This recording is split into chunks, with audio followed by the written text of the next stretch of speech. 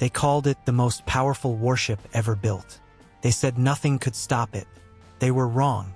And the thing that stopped it? A fabric-covered biplane from the 1930s, flying at barely 90 miles per hour, crewed by 3 men in open cockpits with the wind tearing at their faces and the cold North Atlantic howling beneath them. A machine so old, so slow, and so seemingly fragile that the Germans could not even shoot it down. This is the story of the ferry swordfish, the Bismarck, and one of the most impossible victories in the history of naval warfare. Welcome. If you are new here, stay with me, because what you are about to hear is not just a war story. It is a story about arrogance, about underestimating the wrong enemy, about how an ancient, creaking biplane humiliated the pride of the German Navy and changed the course of the Second World War forever. Let us go back.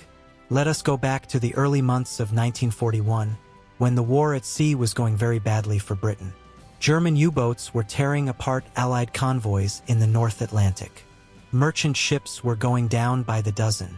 Britain, an island nation that depended on those supply lines for food, fuel, weapons, and survival, was in serious trouble. And then Germany decided to make things even worse. The Germans had a plan. It was called Operation Rheinübung, which translates to Operation Rhine Exercise. The idea was bold, almost breathtaking in its audacity. They would send their newest, most powerful battleship into the open Atlantic, and that ship would hunt down and destroy Allied convoys with terrifying efficiency. The ship they had chosen for this task was the Bismarck.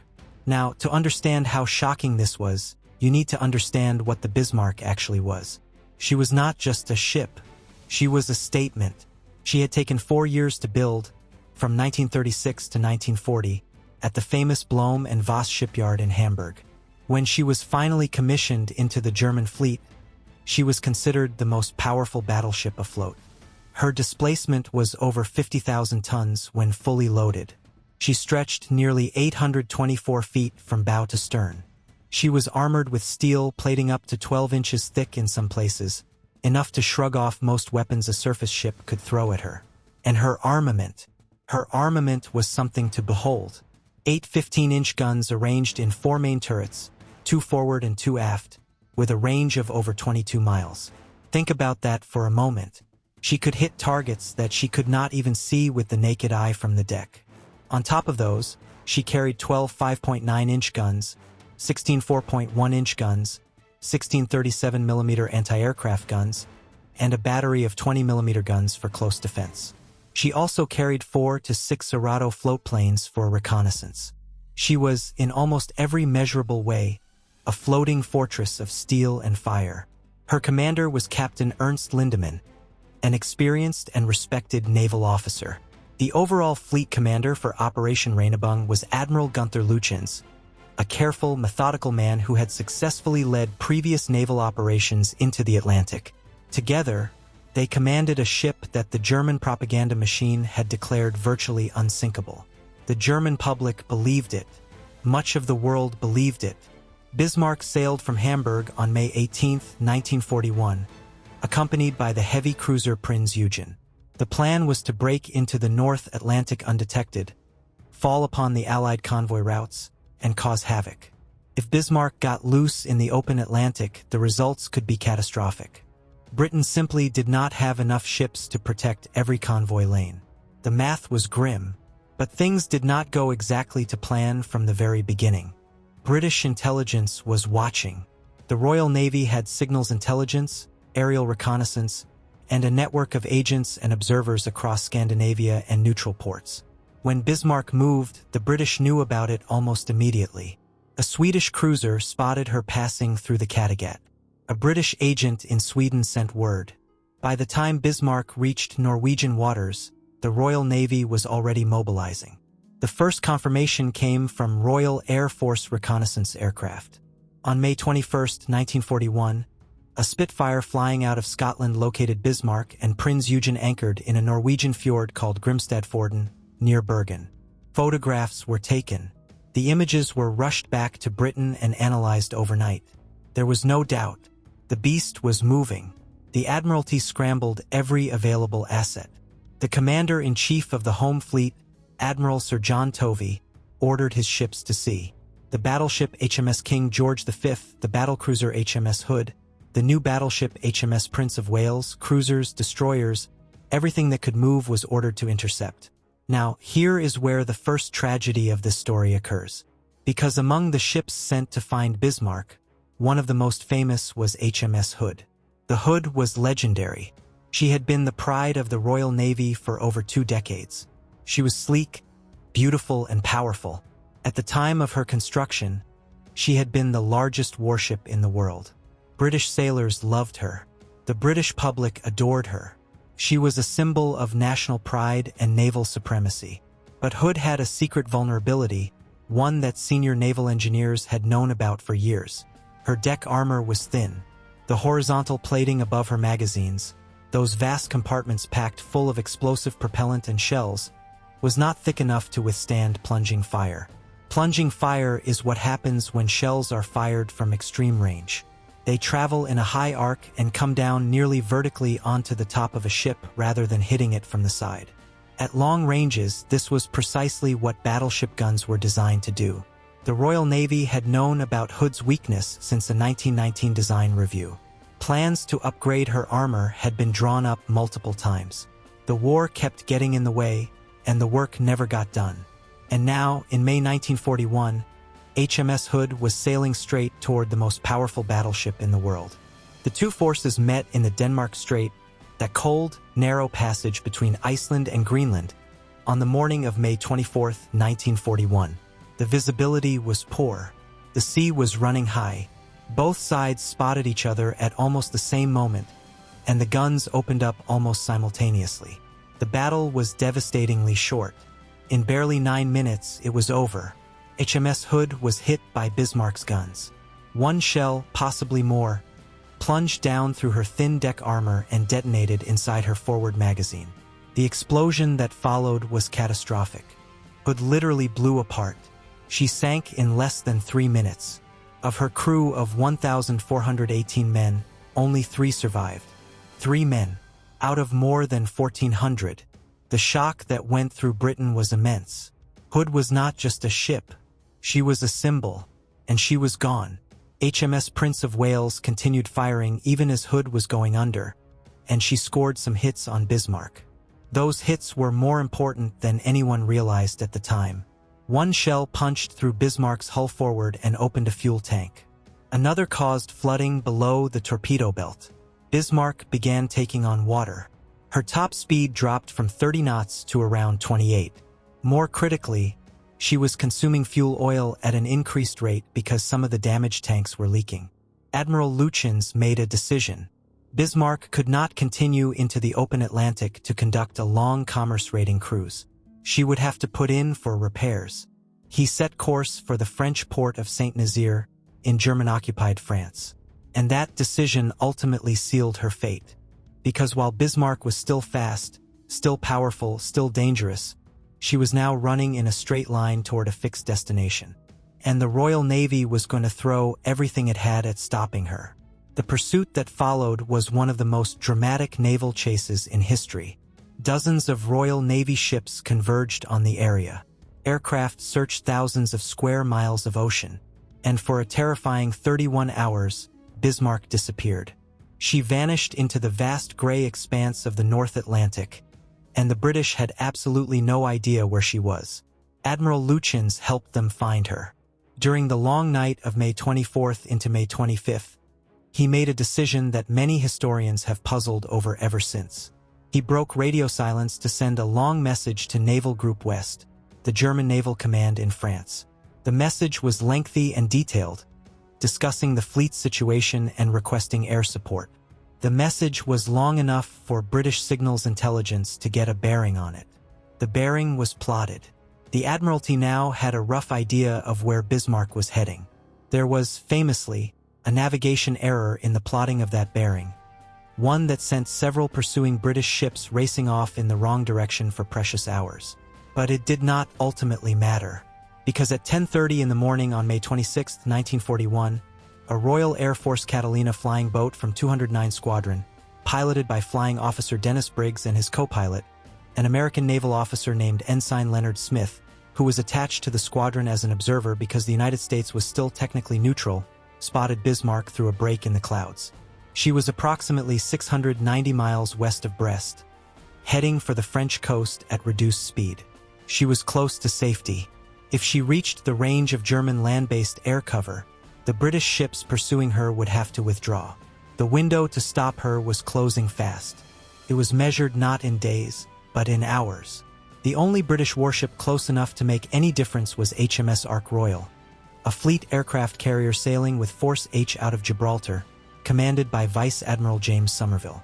Ark Royal was carrying several squadrons of aircraft, including Swordfish torpedo bombers. And the question now was whether those Swordfish could find Bismarck, fly through her anti-aircraft fire, and put a torpedo into her before she escaped. Now, let us talk about the Swordfish, because to understand what happened next, you need to understand what this aircraft actually was, and why anyone looking at it from the outside would have thought it was completely insane to send it against the Bismarck. The ferry Swordfish was designed in the early 1930s. Let me repeat that. The early 1930s. By the time it was attacking Bismarck in 1941, it was already over a decade old in concept.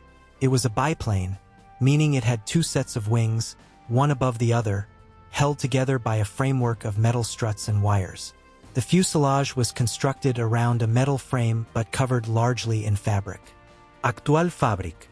The kind of thing you might think of from the very earliest days of aviation in the First World War. The cockpit was open, exposed to the elements. 3 men flew in it. A pilot up front, an observer in the middle, and a telegraphist airgunner in the rear, armed with a single Lewis gun to defend against enemy fighters. Its engine was a Bristol Pegasus, a reliable 9-cylinder radial engine that produced around 690 horsepower. That sounds like a lot, but remember, this was a biplane hauling a full-sized 18-inch torpedo under its belly. Its top speed was roughly 138 miles per hour when unloaded. Carrying a torpedo, flying low and slow on a torpedo run, it could drop to around 85 to 90 miles per hour. For comparison, the Messerschmitt Bf 109, the standard German fighter of the period, could fly at over 350 miles per hour. The Swordfish was not just slow. It was extraordinarily slow. It was nicknamed the string bag. The nickname came not from any weakness, but from the sheer variety of things it could carry, like the net bags British housewives used for shopping, which could stretch to hold an extraordinary assortment of items. Torpedoes, bombs, mines, depth charges, rockets, extra fuel tanks, radar equipment. The Swordfish carried everything. It was ungainly, it was ancient-looking, and it was absolutely beloved by the men who flew it. Its crews were part of the Fleet Air Arm, the Royal Navy's own aviation service. These were naval officers who had chosen to fly rather than serve aboard surface ships.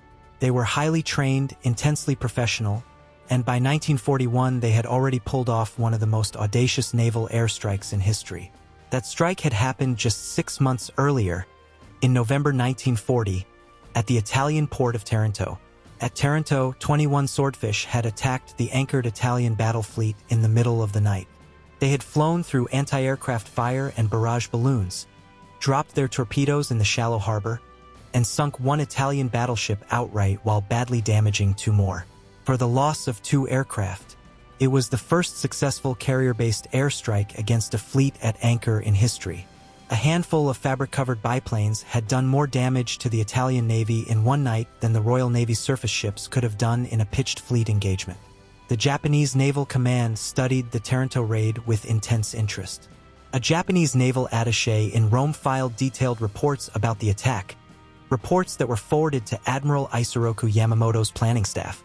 Some historians believe that Taranto directly influenced Japanese planning for the attack on Pearl Harbor 13 months later. If that is true, then the Swordfish, in a very indirect way, helped reshape the entire course of the Pacific War as well. But all of that was in the past. Right now, on May 26, 1941, there were Swordfish on the deck of HMS Ark Royal, and there was Bismarck somewhere over the horizon, and the window to stop the German battleship was closing with every passing minute. Ark Royal's flight deck was a nightmare. The ship was in the middle of a North Atlantic storm. The deck was pitching and rolling by up to 56 feet from crest to trough. That is the equivalent of a 5-story building rising and falling beneath you. Taking off from a carrier in those conditions was already an act of pure courage. Landing afterward would be even harder. A first strike was prepared and launched. 15 swordfish took off into the heaving skies, each armed with a torpedo. They climbed through cloud and rain, formed up as best they could, and flew toward where Bismarck was supposed to be. They found a ship. Their radar picked it up, they descended through the clouds, and they attacked. They attacked their own ship. The ship they had attacked was not Bismarck. It was HMS Sheffield, a British light cruiser that had been ordered by Admiral Somerville to shadow Bismarck at close range, a fact which had not been communicated to the Swordfish crews. The Swordfish bored in through the anti-aircraft fire, dropped their torpedoes, and by an extraordinary stroke of luck, every single one either missed or failed to detonate. Sheffield's captain maneuvered frantically and survived the attack with no casualties. The torpedoes that did run properly were fitted with a new magnetic detonator that proved dangerously unreliable, and they exploded prematurely on hitting the rough water. It was a catastrophic mistake, and it could have been a catastrophic tragedy. But it was not, and it led to a crucial change. The surviving Swordfish returned to Ark Royal. The aircrew were shaken and mortified by what they had almost done.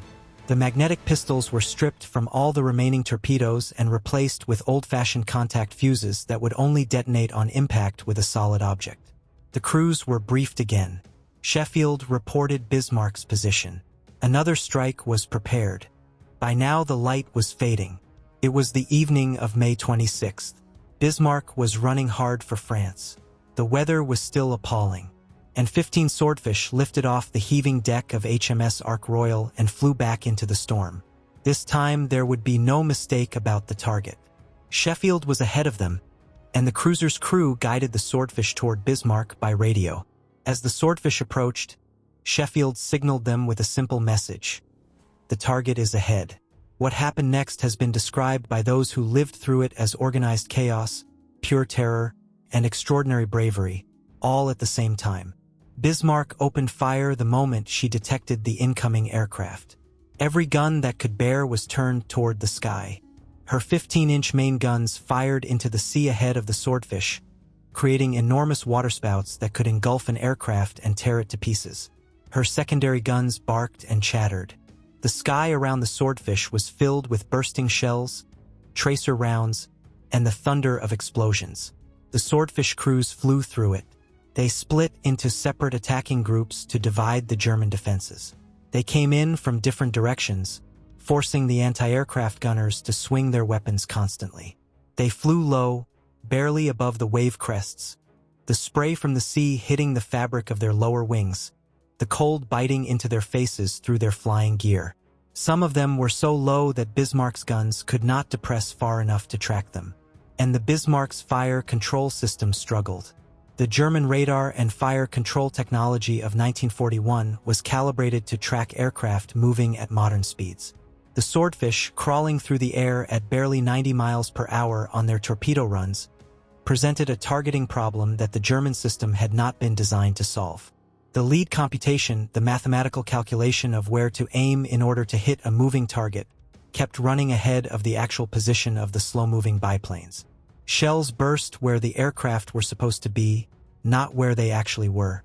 One swordfish returned to Ark Royal after the attack with 175 holes in its wings and fuselage. The pilot and observer were slightly wounded, but the aircraft somehow flew. Another was hit so hard that a waterspout from an exploding shell caught the nose and briefly lifted the entire aircraft and shook it. The crew held on. They dropped their torpedo anyway. Not a single swordfish was shot down. Not one. 15 aircraft attacked the most heavily armed battleship in the world in the teeth of a massive anti-aircraft barrage in storm conditions in near darkness. And all 15 came home. 2 torpedoes hit the Bismarck. The first struck her amidships, in a well-armored section, and caused only minor damage. The second, the one that mattered, the one that changed everything, struck her on the port quarter, near the stern. The torpedo damaged the steering gear. Both rudders were jammed, locked at an angle of about 12 degrees to port. The steering engine room flooded. Divers tried to free the rudders. They could not. Engineers attempted emergency repairs from inside the ship. Nothing worked. The rudders were stuck. They could not be freed. Bismarck could no longer steer a straight course. She turned in endless circles, heading roughly northwest, back toward the British fleet that was chasing her. She could not turn away. She could not run. The most powerful battleship in the world had been stopped by a torpedo dropped from a biplane. In the German fleet command bunker at Lorient, the radio signals from Bismarck told the story. The messages grew increasingly desperate over the following hours. Admiral Lutyens signaled Naval High Command, "Ship unmaneuverable. We will fight to the last shell. Long live the Führer." It had the feel of a death announcement, because it was. That night, British destroyers found Bismarck and attacked with torpedoes. She fought them off, but the attacks were relentless and kept her crew awake through the dark hours, exhausted and increasingly hopeless. Dawn came on May 27, 1941. With it came the British battleships King George V and Rodney. What followed was not really a battle. It was an execution. Rodney and King George V opened fire at 8:47 in the morning. Bismarck's guns answered, but her fire was wild and inaccurate. She could not maneuver. She could not turn into the sea to steady the ship. Her gunners were doing their best on a vessel that was wallowing helplessly, but hits on the British ships were few and did little damage. Meanwhile, the British shells were finding their mark with terrible efficiency. Bismarck's forward turrets were knocked out first. Then her superstructure was systematically destroyed. Then her rear turrets. The bridge was wrecked. Admiral Lutyens was almost certainly killed early in the engagement. Captain Lindemann may have tried to rally his crew on the deck and was cut down. The ship became a burning, shattered hulk, still afloat but barely. Her crew were dying in their hundreds. The cruiser HMS Dorsetshire moved in and fired 3 torpedoes. 2 hit on the port side, 1 on the starboard. Bismarck finally rolled over and sank beneath the waves at 10:36 in the morning of May 27, 1941. She took with her more than 2,000 men. Only 114 survivors were pulled from the water, and even that rescue was cut short when a British lookout spotted what may have been a German submarine periscope, causing the rescue ships to depart hastily.